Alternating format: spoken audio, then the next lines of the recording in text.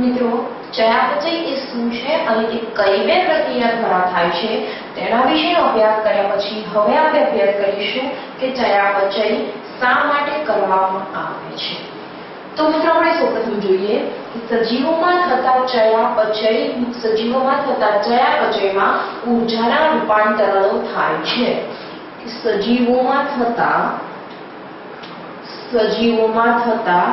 ચયાપચયમાં ઊર્જાના રૂપાંતરણો થાય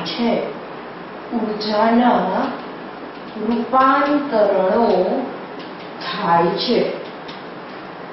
હવે મિત્રો આ જે ઊર્જાના રૂપાંતરણો થવાની જે પ્રક્રિયા છે તે એક જટિલ પ્રક્રિયા છે। તો મિત્રો હવે આપણને સવાલ એ થાય કે આ ઊર્જાના રૂપાંતરણો જે થાય છે ચયાપચયની પ્રક્રિયામાં તે તો એક જટિલ પ્રક્રિયા છે, તો પણ તે શા માટે સજીવ શરીરમાં થતી હશે? તો મિત્રો હવે આપણે જોઈએ કે તેમ છતાં સજીવમાં ઊર્જાના રૂપાંતરણો જરૂરી છે। તેમ છતાં સજીવમાં ઊર્જાના રૂપાંતરણો અથવા તો આપણે કહી શકીએ કે ઊર્જા ઉત્પન્ન થવાની પ્રક્રિયા અથવા તો ઊર્જાના રૂપાંતરણો જરૂરી છે। તો મિત્રો હવે આપણે જોઈશું કે ઊર્જાના રૂપાંતરણો શા માટે જરૂરી છે। તો આપણે જોઈશું કે કારણ કે સજીવને અનેક જૈવિક કાર્યો કરવાના હોય છે।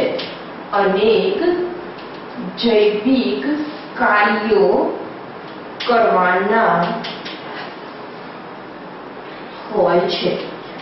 મિત્રો સજીવને અનેક જૈવિક કાર્યો કરવાના હોય છે, તો તે જૈવિક કાર્યો માટે સજીવને ઊર્જા જરૂરી છે। તે જૈવિક કાર્યો માટે સજીવને ઊર્જાની જરૂર પડે છે।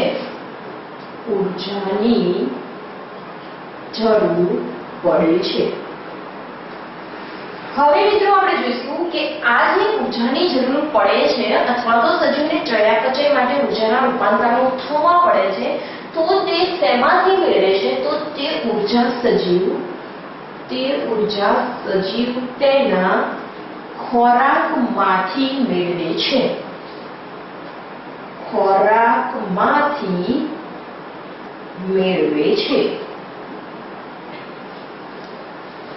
તો હવે મિત્રો હું તમને આખો આ ચયાપચય શા માટે જરૂરી છે તેનો કોન્સેપ્ટ માઇન્ડમાં ક્લિયર કરાવી દઈશ કે સૌપ્રથમ આપણે કીધું કે સજીવોમાં થતા ચયાપચય એ ઊર્જાના રૂપાંતરણો છે અથવા તો તેમાં ઊર્જાના રૂપાંતરણો થાય છે।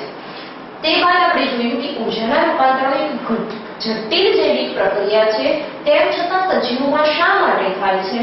તો સજીવને અનેક જૈવિક અથવા તો દેહધાર્મિક ક્રિયાઓ કરવાની હોય છે અને તે જૈવિક અથવા દેહધાર્મિક ક્રિયાઓ કરવા માટે સજીવને ઊર્જાની જરૂર પડે છે।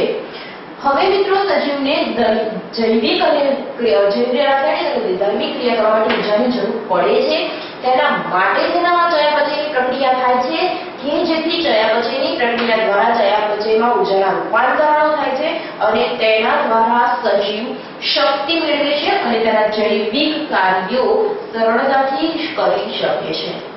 પરંતુ હવે મિત્રો આપણને સવાલ એ થાય કે આ ઊર્જા ક્યાંથી મળતી હશે અથવા તો શક્તિ ક્યાંથી ઉત્પન્ન થતી હશે? તો મિત્રો દરેક સજીવ જે ખોરાક ગ્રહણ કરે છે તેમાંથી તે શક્તિ મેળવે છે। તો હવે હું સમજાવીશ કે ખોરાક મેળવે છે તેમાંથી શક્તિ કેવી રીતે મળે છે। તો મિત્રો સૌપ્રથમ સજીવનું શરીર જે ખોરાક ગ્રહણ કરે છે તેમાં વિશિષ્ટ પ્રકારની જૈવ રાસાયણિક ક્રિયાઓ થાય છે। આપણે હવે ચયાપચયમાં જોયું કે ચયાપચયમાં વિશિષ્ટ પ્રકારની અથવા તો દરેક કોષમાં વિશિષ્ટ પ્રકારની જૈવ રાસાયણિક ક્રિયાઓ થતી હોય છે। તો મિત્રો આખો કોન્સેપ્ટ નીચેથી રિવર્સ સમજાવીશ કે દરેક સજીવ ખોરાક મેળવે છે અથવા તો ખોરાક ગ્રહણ કરે છે, તે ખોરાકમાંથી તેના શરીરમાં જૈવ રાસાયણિક ક્રિયાઓ થતી હોય છે। હવે મિત્રો તમને ખબર છે કે દરેક જૈવ રાસાયણિક ક્રિયાઓને સંયુક્ત રીતે આપણે ચયાપચય કહીએ છીએ. હવે કે જૈવ રાસાયણિક ક્રિયાઓ થાય છે અથવા તો ચયાપચય થાય છે ત્યારે વિવિધ ઊર્જાના રૂપાંતરણ થાય છે. તે ઊર્જા અથવા તો શક્તિના જે રૂપાંતરણ થાય છે તેમાંથી જ્યારે શક્તિ મુક્ત થાય છે તો તે શક્તિ તે સજીવ જેને ખોરાક ગ્રહણ કર્યો છે એમાંથી મેળવે છે અને જે શક્તિ અથવા તો ઊર્જા છૂટી પડે છે તેના લીધે સજીવ તેના કાર્યો સરળતાથી કરી શકે છે. તો મિત્રો હવે આપણે આખા કોન્સેપ્ટને એ રીતે સમજી શકીએ કે સજીવ ખોરાક ગ્રહણ કરે છે, તે ખોરાક જૈવ રાસાયણિક ક્રિયાઓમાંથી અથવા તો ચયાપચયની પ્રક્રિયામાંથી પસાર થાય છે અને ચયાપચયની પ્રક્રિયામાંથી પસાર થવાથી તે ખોરાકમાં રહેલી જે ઊર્જા અથવા તો શક્તિ છે તેનું રૂપાંતરણ થાય છે અને તે રૂપાંતરણ દ્વારા જે શક્તિ મુક્ત થાય છે તેનો સજીવ વિવિધ જૈવિક કાર્યો માટે ઉપયોગ કરે છે. તો મિત્રો હવે તમને ખ્યાલ આવી ગયો છે કે સજીવમાં ચયાપચય શા માટે કરવામાં આવે છે, ચયાપચયની એ કઈ પ્રક્રિયા છે, આ ઉપરાંત ચયાપચય શેના માટે કરવામાં આવે છે અને ચયાપચયમાં જે ક્રિયાઓ થાય છે તેમાં ઊર્જા અથવા તો શક્તિ શેમાં મેળવવામાં આવે છે અથવા તો કઈ શક્તિનું રૂપાંતરણ થાય છે. આપણે મિત્રો એ કીધું કે ચયાપચયમાં ઊર્જાના રૂપાંતરણ થાય છે. તો કઈ ઊર્જાના રૂપાંતરણ થાય છે? તો આપણે ખોરાક દ્વારા જે ઊર્જા પ્રાપ્ત કરી છે તેના ચયાપચયની પ્રક્રિયામાં રૂપાંતરણ થાય છે અને શક્તિ મુક્ત થાય છે અને તેના દ્વારા સજીવ જૈવિક કાર્યો કરી શકે છે. તો મિત્રો હવે તમારા માઇન્ડમાં કોન્સેપ્ટ ક્લિયર હશે કે ચયાપચય શું છે, તે કઈ બે રીતથી થાય છે, આ ઉપરાંત કઈ બે રીતથી થાય છે તે ઉપરાંત તે શેના માટે કરવામાં આવે છે. હવે મિત્રો હું તમને થોડું વધારે ડિટેલમાં સમજાવીશ કે ચય ક્રિયાનું પ્રમાણ વધારે હોય મતલબ કે જૈવ રાસાયણિક ક્રિયા વધારે સારી રીતે થતી હોય, શક્તિ મુક્ત થતી હોય તો તેનાથી સજીવ વૃદ્ધિ પામે છે કારણ કે તે જૈવિક કાર્યો કરી શકે છે. આ ઉપરાંત આપણે આગળ કીધું હતું કે અપચય ક્રિયાનું પ્રમાણ વધારે હોય મતલબ કે ત્યાં શક્તિ ઊર્જા મુક્ત થતી નથી પરંતુ વપરાય છે માટે ત્યાં સજીવનું શરીર આગળ વૃદ્ધિ નથી કરી શકતું પરંતુ તે ઘસારો અનુભવે છે. આપણે અપચય પ્રક્રિયામાં કીધું હતું કે જો તેનું પ્રમાણ વધારે હોય છે તો સજીવ શરીર ઘસારો અનુભવે છે. તો મિત્રો હવે તમારા માઇન્ડમાં આખું કોન્સેપ્ટ ક્લિયર હશે. ચયાપચય તે શું છે, તે કઈ બે પ્રક્રિયાઓથી થાય છે, અર્થાત તે શેમાં કઈ પ્રક્રિયા દ્વારા કરવામાં આવે છે અને શા માટે કરવામાં આવે છે. હવે મિત્રો આગળ તમે જ્યારે સેમેસ્ટરમાં જેમ જેમ ભણતા જશો તેમ ચયાપચયની પ્રક્રિયાઓ અને જૈવ રાસાયણિક પ્રક્રિયાઓ વિશે ડિટેલમાં જ ડાયરેક્ટ અભ્યાસ કરશો. આ તમારો પ્રથમ બેઝ હતો. તમે જ્યારે ચયાપચય પ્રક્રિયા વિશે ડિટેલમાં અભ્યાસ કરતા હો ત્યારે તમને પહેલા તો એ ખબર હોવું જોઈએ કે ચયાપચય પ્રક્રિયા શું છે, તે કઈ પ્રક્રિયાથી થાય છે, તે શા માટે કરવામાં આવે છે.